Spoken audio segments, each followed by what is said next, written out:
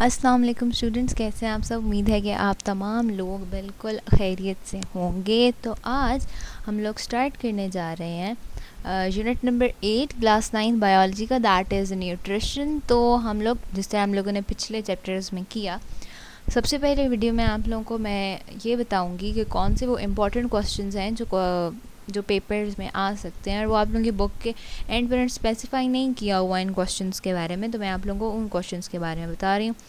सो हमारे पास जो पहला क्वेश्चन है that is what are nutrients. तो न्यूट्रिएंट्स आखिर क्या होते हैं। सो न्यूट्रिएंट्स आगे डेफिनेशन है, components of food required for normal growth and metabolism are called nutrients. ठीक हो गया। फिर अगला क्वेश्चन है जी, question number 2, state the sources of nutrition in plants. तो जो प्लांट्स हैं वो अपने न्यूट्रिशंस कहाँ से लेते हैं। तो प्लांट्स को सिर्फ इनऑर्गेनिक न्यूट्रिएंट्स चाहिए होते हैं, तो वो खुद ही उनको ऑर्गेनिक फूड में कन्वर्ट कर लेते हैं।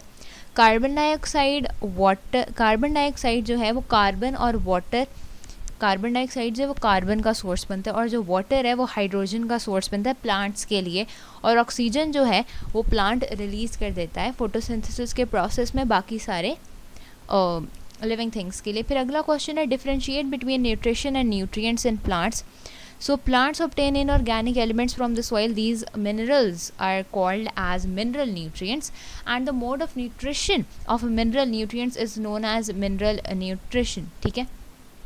प्लांट्स जिस तरीके से, जिस मोड ऑफ ईटिंग से, या जो भी उनका तरीका है जिससे वो उन न्यूट्रिएंट्स को एब्जॉर्ब कर लेते हैं या उनको अपने खाने के तौर पे इस्तेमाल करते हैं, अपने फूड के लिए इस्तेमाल करते हैं, that is the mode of nutrition of minerals by plants. फिर है हमारे पास what are the role and effects of the lack of nitrate and magnesium ions on plant growth. तो नाइट्रेट यानी कि नाइट्रोजन की डेफिशिएंसी और मैग्नीशियम की डेफिशिएंसी, मैग्नीशियम आयन की डेफिशिएंसी का क्या फ़र्क पड़ता है किसी भी प्लांट की ग्रोथ पे। ठीक है। तो अगर डेफिशिएंसी हो जाती है किसी भी प्लांट को नाइट्रोजन की, तो उस वजह से एक्सट्रीमली स्टंट ग्रोथ होती है, स्टंटेड ग्रोथ होती है प्लांट की, और उसके जो लीव्स हैं वो छोटे साइज़ के ही रहते हैं, और येलो स्टार्ट होना, उनका कलर जो है वो ग्रीन जो है वो जल्दी ही येलो होना स्टार्ट हो जाते हैं। फिर डेफिशिएंसी या लैक ऑफ मैग्नीशियम, उसकी वजह से पुअर ग्रोथ होती है, अच्छी तरह ग्रोथ नहीं हो पाती प्लांट्स की, येलो स्टार्ट हो जाते हैं लीव्स का होना, और उन्हें एक बीमारी हो जाती है that is known as necrosis. ठीक है। फिर हमारे पास क्वेश्चन नंबर 5 है, what do you know about nutrition in man.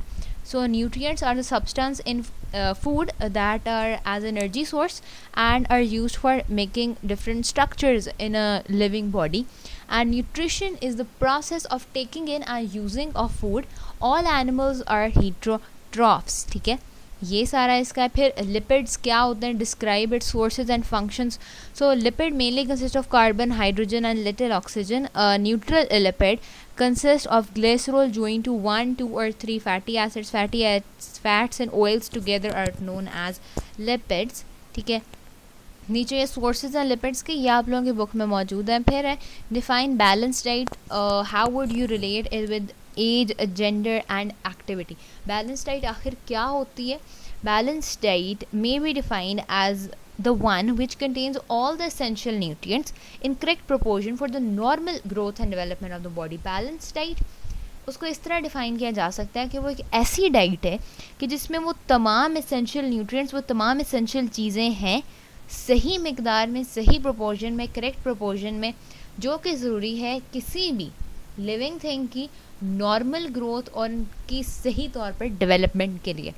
सो इसका रिलेशन बैलेंस डाइट का एज पे क्या इफेक्ट पड़ता है, जेंडर पे क्या इफेक्ट पड़ता है बैलेंस डाइट का, और बॉडी एक्टिविटी पे, ये सारे का सारा इसमें। फिर अगला है, what do you know about mail nutrition.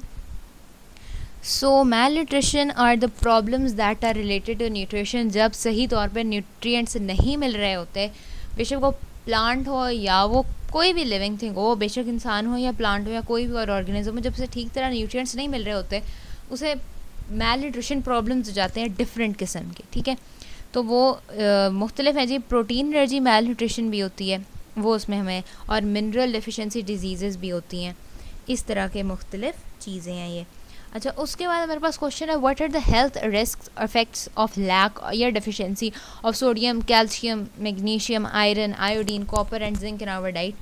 तो ये सारे के सारे इकट्ठे होकर लिखे हुए हैं कि कम सोडियम से क्या होगा, अगर कैल्शियम लेवल कम है तो क्या होगा, आयरन डेफिशिएंसी है तो उसके कम होने से क्या इफेक्ट पड़ेगा, लो मैग्नीशियम है तो क्या होगा, डेफिशिएंसी ऑफ आयोडीन कौन से डिजीजेस कॉज कर सकती है, कॉपर अगर कम है तो क्या हो सकता है, बॉडी वेट पे उसका बहुत बुरा इफेक्ट पड़ता है, और जिंक डेफिशिएंसी से बहुत ज़्यादा रिटार्डेड ग्रोथ आप लोगों की रहती है, और जो वाउंड्स हैं, जो जख्म है, वो जल्दी नहीं भरते। ठीक है, फिर हमारे पास 11th क्वेश्चन है, what type of health problems cause as a result of over intake of nutrition. तो एक जो न्यूट्रिएंट्स की प्रॉब्लम है that is the OIN, that is known as over intake of nutrients. जब किसी एक न्यूट्रिएंट को या सारे न्यूट्रिएंट्स को बहुत ज़्यादा तादाद में ले लिया जाता है, तो एक्सेस जब कार्बोहाइड्रेट्स की होती है तो वो फैट्स हैं, जैसे जैसे वो ज़्यादा फैट एक्यूमुलेट होते जाते हैं आपकी बॉडी में, ओबेसिटी स्टार्ट हो जाती है, आप लोगों को हाई ब्लड प्रेशर, उसकी वजह से कोलेस्ट्रॉल लेवल आपका हाई हो जाता है। अगर आप विटामिन ए ज़्यादा ले लेते हैं तो क्रैकिंग, ब्लीडिंग होने लग जाती है, आपके लिप्स में से होंठ फट जाते हैं, बाल गिरने लग जाते हैं, जो लिवर का साइज़ है वो इनलार्ज होने लग जाता है अपने नॉर्मल साइज़ से, और बोन्स में और जो जॉइंट्स हैं उनमें पेन स्टार्ट हो जाता है। ठीक है, फिर अगर हम एक्सेस डोज ले ली जाती है विटामिन डी की, तो अगर विटामिन डी की ज़्यादा मिकदार ले ली जाती है तो उसकी वजह से जो टॉक्सिक जो कैल्शियम है वो हमारे सॉफ्ट टिश्यूज़ में एक्यूमुलेट होने लग जाता है, डिपोज होने लग जाता है। ठीक है, उसके अंदर वो इकट्ठा होने लग जाता है, एक्यूमुलेट होने लग जाता है, और आर्टरीज़ में और जो हमारे पास किडनीज़ हैं उनके अंदर स्टोन्स फॉर्मेशन स्टार्ट हो जाती है, स्टोन्स किडनीज़ में फॉर्म होते हैं और आर्टरीज़ में ब्लॉकेजेस फॉर्म होने लग जाती हैं। फिर है हमारे पास अगला क्वेश्चन जी, state the effects of malnutrition. Malnutrition के क्या क्या इफ़ेक्ट्स क्या हैं, मतलब कुछ लोगों को जो न्यूट्रिएंट्स हैं वो बहुत ज़्यादा मिल रहे हैं और कुछ को नहीं मिल रहे। मैल न्यूट्रिशन की वजह से स्टारवेशन, ठीक है, हंगर, यानी कि तमाम लोगों को, इंसानों को खाना या एनर्जी सही तौर पर डाइट नहीं मिल रही। फिर ओबेसिटी है, यानी कि ओवरवेट हो जाते हैं। ठीक है, फिर कॉन्स्टिपेशन है, वो एक प्रॉब्लम हो सकता है। उसके बाद हार्ट डिजीज़ हैं जो कि हो सकते हैं, हार्ट डिजीज़ हैं जो कि हो सकते हैं।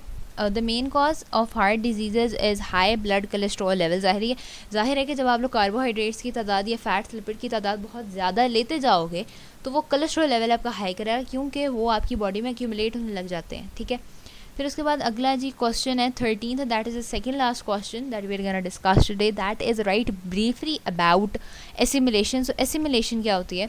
The products of digestion are carried around the body by blood. ठीक है, अब जब जो फूड है उसके डिफरेंट प्रोसेसेस हैं, कि मतलब फूड इस स्टेप के बाद मतलब डिफरेंट प्रोसेसेस के बाद जो फूड है वो ब्लड में जाके मिक्स होता है और फिर डिफरेंट जगहों पे जहाँ उसने जाना होता है वहाँ पहुँच जाता है। तो एसिमिलेशन वो स्टेप है कि जिसमें जो सारा जो डाइजेस्टेड फूड है वो ब्लड के अंदर ऐड हो जाता है और फिर वो जो ब्लड है वो सारी बॉडी में मूव करता है और जिस जिस जगह जो जो न्यूट्रिएंट या जो जो चीज़ चाहिए होती है उस जगह जाके वो पहुँचा देता है।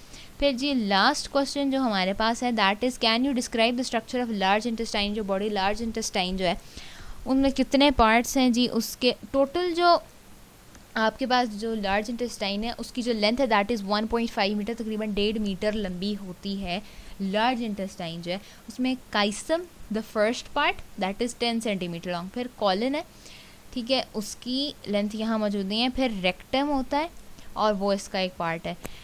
और फिर जो उसमें एंड पॉइंट है डेफिकेशन, ये लिखने की ज़रूरत तो कोई नहीं है, जिसे इजेस्शन या डेफिकेशन कहते हैं, जिसमें जो अनडाइजेस्टेड पार्ट है उसे सेपरेट किया जाता है डाइजेस्टेड पार्ट में से। ठीक है, तो आज हम लोगों ने कंप्लीट किए हैं अभी तक सिर्फ जो एडिशनल क्वेश्चन थे जो चैप्टर वाइज नोट्स थे, चैप्टर नंबर 8 न्यूट्रिशन से रिलेटेड।